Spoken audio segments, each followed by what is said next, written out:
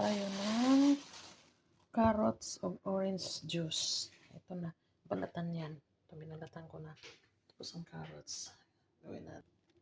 Ito ang itsura. Balatan siya, balatan.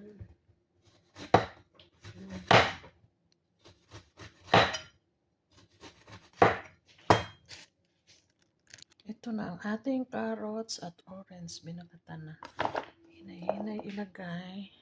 Doon sa blender. Tapos ihalo din to. Hindi na maglagay ng sugar.